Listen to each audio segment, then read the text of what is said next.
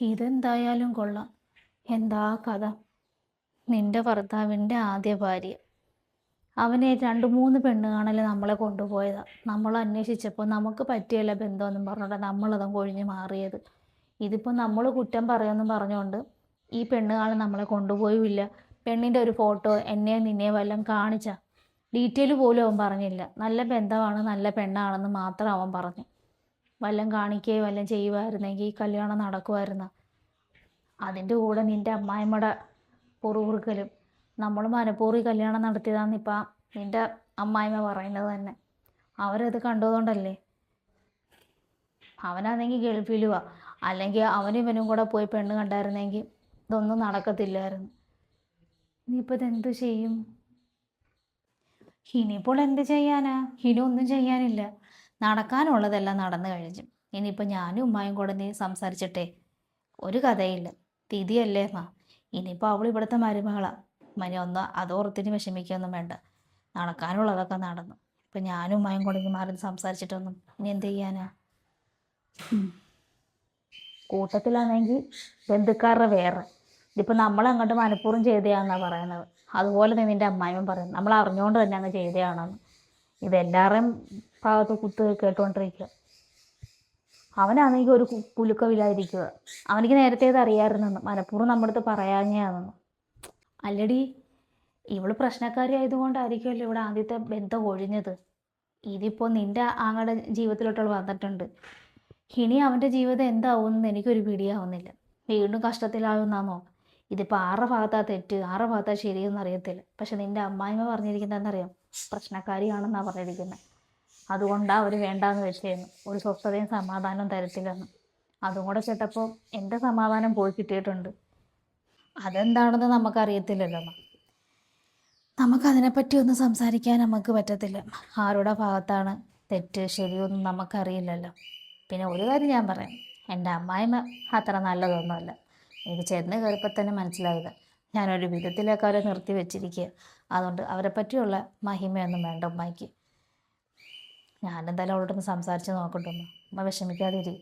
ഇപ്പോൾ ആ തള്ള പറഞ്ഞ പോലെ ഒന്നും ആയിരിക്കത്തില്ല. അവളെ കണ്ടിട്ട് തന്നെ എനിക്ക് തോന്നിയിട്ടുള്ളൊരു പാവമാണെന്ന്. ഞാനൊന്ന് നോക്കട്ടെ. സംസാരിച്ചിട്ട് എന്താ? ഇനിയിപ്പം കല്യാണമൊക്കെ കഴിഞ്ഞില്ലേ, വരുന്ന വെച്ചിട്ട് കാണാം. അത്രയേ ഉള്ളൂ.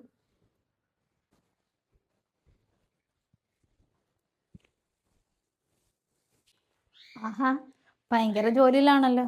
ഒതുക്കിപ്പറക്കലൊക്കെ ആന്നാ? ആ, വീട്ടിൽ നിന്ന് തുണിയൊക്കെ കൊണ്ടുവന്നിട്ടുണ്ടായിരുന്നല്ലോ. അപ്പം അതൊക്കെ ഒന്ന് അലമാരിക്കകത്തെല്ലാം ഒന്ന് അടുക്കിപ്പറക്കി വെക്കാമെന്ന് വിചാരിച്ചു. സത്യത്തിൽ നീ ആരാണെന്ന് കല്യാണത്തിൻ്റെ അന്നാണ് ഞങ്ങൾ അറിയുന്നത് തന്നെ. ശരിക്കും ഞങ്ങൾ ഞെട്ടിപ്പോയി. എൻ്റെ ഭർത്താവിൻ്റെ ആദ്യ ഭാര്യയാണ് നീ എന്ന് അറിഞ്ഞപ്പോൾ എന്ത് ചെയ്യണമെന്ന് പോലും ഞങ്ങൾക്കറിയില്ലായിരുന്നു. നിന്നെപ്പറ്റി കൂടുതലൊന്നും ഞങ്ങൾ അന്വേഷിച്ചില്ല എന്ന് പറയുന്നതായിരിക്കും സത്യം. എൻ്റെ ആങ്ങള വന്ന് പറഞ്ഞു പെണ്ണിനെ കണ്ടു, ഇഷ്ടപ്പെട്ടു, ബന്ധം ഒഴിഞ്ഞതാണ്. ഭർത്താവിൻ്റെ വീട്ടിൽ എന്തോ ചെറിയ പ്രശ്നമുണ്ട്, അതൊക്കെ കൊണ്ട് ബന്ധം ഒഴിഞ്ഞാന്നാണ് പറഞ്ഞത്. പിന്നെ ഞങ്ങളൊന്നും കൂടുതൽ അന്വേഷിച്ചില്ല. എൻ്റെ ആങ്ങളയ്ക്ക് ഇഷ്ടപ്പെട്ടതാണല്ലോ, പിന്നെ നമുക്ക് കൂടുതൽ സംസാരിക്കണ്ടല്ലോ എന്ന് വിചാരിച്ചു. പിന്നെ കല്യാണത്തിൻ്റെ അന്ന് എൻ്റെ ഇപ്പോഴത്തെ അമ്മായിമ്മ വന്ന് പറയുമ്പോഴാണ് ശരിക്കും ഞങ്ങൾ ഞെട്ടിപ്പോയത് തന്നെ. പിന്നെ എന്ത് ചെയ്യണമെന്ന് ഞങ്ങൾക്കും അറിയില്ലായിരുന്നു. എൻ്റെ ഭർത്താവും ഇപ്പം ഗൾഫിലാണ്. അപ്പോൾ അമ്മായിമ്മ പറയുമ്പോഴാണ് ഇതിനെപ്പറ്റി ഞങ്ങൾ അറിയുന്നത് തന്നെ. അത് തന്നെയായിരുന്നു ഞങ്ങൾക്കും സംഭവിച്ചത്.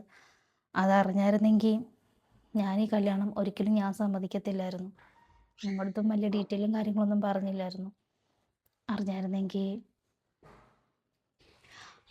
അയ്യോ, ഞാൻ നിന്നെ കുറ്റപ്പെടുത്തി സംസാരിക്കാൻ വന്നതൊന്നുമല്ല. കഴിഞ്ഞ കാര്യം നമ്മളിനി പറഞ്ഞിട്ട് കാര്യമൊന്നുമില്ലല്ലോ. അല്ല, എല്ലാം നമുക്ക് തുറന്ന് പറഞ്ഞ് തീർന്നല്ലോ. പ്രശ്നങ്ങൾ ഉടച്ച് തീർന്നില്ലേ. നിന്നെ അതിനെപ്പറ്റി കുത്തി വർത്താനം പറയാനോ ഒന്നിനും വന്നതൊന്നുമല്ല. ഇതറിഞ്ഞപ്പോൾ നിന്നോട് സംസാരിച്ചെന്ന് മാത്രമേ ഉള്ളൂ. ഇനി മുതൽ നീ ഇവിടുത്തെ മരുമകളാണ്, എൻ്റെ നാത്തൂനും. പഴയ കാര്യങ്ങളൊന്നും ഓർത്ത് സംസാരിക്കാനോ ഒന്നും വന്നേ അല്ല ഞാൻ. നിന്നെ സമ്മതിച്ചിടത്തോളം എൻ്റെ ഉമ്മായോ എൻ്റെ ആങ്ങളെയോ നിന്നെ ഒരു ദ്രോഹം ചെയ്യില്ല. എനിക്കിവിടെ സന്തോഷമായിരിക്കും. എൻ്റെ ആദ്യത്തെ നാത്തൂനാണെങ്കിൽ നേരെ തിരിച്ചായിരുന്നു. എൻ്റെ ആങ്ങളെയും ഉമ്മായൊക്കെ ഒരുപാട് ദ്രോഹിച്ചിട്ടുണ്ട്. സ്വസ്ഥതയും സമാധാനവും അവർക്ക് കൊടുത്തിട്ടില്ല. നീ അങ്ങനെ ആണെന്നല്ല ഞാൻ പറഞ്ഞു വരുന്നത്. ഈ പറയുന്നത് എനിക്ക് മനസ്സിലാവുന്നുണ്ടോ? ഞാനായിട്ട് ഒരു പ്രശ്നത്തിനും പോകാറില്ല. എൻ്റെ ആദ്യത്തെ ദാമ്പത്യ ജീവിതത്തിലും അത് തന്നെയാണ് സംഭവിച്ചിട്ടുള്ളത്. ഞാനല്ല അവിടെ പ്രശ്നം ഉണ്ടാക്കിയിട്ടുള്ളത്. ഒരുപാടൊക്കെ ഞാനിവിടെ അഡ്ജസ്റ്റ് ചെയ്തു. എൻ്റെ ഭർത്താവ് പോലും എനിക്കൊരു സപ്പോർട്ടല്ല. പിന്നെ ഞാൻ ആരെ പ്രതീക്ഷിച്ച് അവിടെ ജീവിക്കാൻ? സഹികെട്ടപ്പെടാൻ ഞാൻ അവിടെ നിന്ന് ഇറങ്ങിപ്പോകുന്നത്. ഒരുപാടൊക്കെ ഞാൻ അഡ്ജസ്റ്റ് ചെയ്തു. എൻ്റെ വാക്കിനൊരു വിലയില്ല അവിടെ. എൻ്റെ ഭർത്താവ് കൂടുതൽ കേൾക്കുന്ന ഉമ്മയുടെ വാക്ക് തന്നെ. എനിക്ക് എൻ്റെ ഭാഗത്തൊന്നും ചിന്തിക്കാനോ സംസാരിക്കാനോ അവിടെ ആരുമില്ല. അങ്ങനെ മതിയാക്കി പോകുന്നതാണ്. അല്ലാതെ ഞാനായിട്ട് ഒരു പ്രശ്നം എവിടെ ഉണ്ടാക്കിയിട്ടില്ല. അതെനിക്കറിയാം. ഞാൻ ചെന്ന് കയറിയപ്പോൾ എന്നെ കുറേയൊക്കെ പൊരുതാൻ നോക്കിയതാണ്. പക്ഷേ എൻ്റെ അടുത്തൊന്നും നടക്കില്ല എന്ന് അവർക്കറിയാം. ഞാൻ അവരെ കെട്ടായി മടക്കി കുപ്പിയിലാക്കി വെച്ചിട്ടുണ്ട്. അതുകൊണ്ട് എൻ്റെ അടുത്തൊന്നും വലിയ സാമർഥ്യം എടുത്തൊന്നും വരുത്തൊന്നുമില്ല ഉമ്മായിമാരും മോളും. പിന്നെ എൻ്റെ ഭർത്താവിന് മനസ്സിലാക്കി കൊടുത്തു ഉമ്മയുടെ സ്വന്തം സ്വഭാവം എന്താണെന്ന്. മകനുള്ളപ്പോൾ അല്ല, മകനില്ലാത്തപ്പോൾ ഉള്ള സ്വഭാവം എന്നൊക്കെ ശരിക്കും മനസ്സിലാക്കി കൊടുത്തപ്പോൾ ഇപ്പോൾ ഉമ്മയുടെ വാക്കൊന്നും അങ്ങനെ കേൾക്കാറൊന്നുമില്ല. ഇപ്പം ഞാൻ എന്താ പറയുന്നതാണോ അതാണ് മുഖ്യം. പിന്നെ സംസാരിച്ചതിനിടയിൽ എപ്പോഴോ നിന്നെപ്പറ്റി പറഞ്ഞിട്ടുണ്ട്. നീ ഒരു പാവമായിരുന്നെന്നും ഉമ്മയുടെ വാക്ക് കേട്ടിട്ട് ഒരുപാടൊക്കെ നിന്നെ ദ്രോഹിച്ചിട്ടുണ്ടെന്നും ഒക്കെ. ഉമ്മ കാരണമാണ് ആദ്യത്തെ ജീവിതം തന്നെ നഷ്ടപ്പെട്ടെന്നൊക്കെ ഇടയ്ക്ക് അങ്ങനെ പറയാറുണ്ട്. ഞാൻ ചെന്ന് കയറിയപ്പോഴാണ് ആ ഉമ്മയുടെ സ്വഭാവം ശരിക്കും എന്താണെന്ന് ഞാൻ മനസ്സിലാക്കി കൊടുത്തത്. അല്ലാതെ നിന്നെപ്പോലെ ഞാനും നിന്നായിരുന്നെങ്കിൽ ഇപ്പോൾ ഞാനും ഇവിടെ നിൽക്കേണ്ടി വന്നേനെ. അപ്പം അതുകൊണ്ട് എൻ്റെ ഉമ്മയും എൻ്റെ ആങ്ങളെയും നിന്നെ പൊന്നുപോലെ നോക്കിക്കോളും.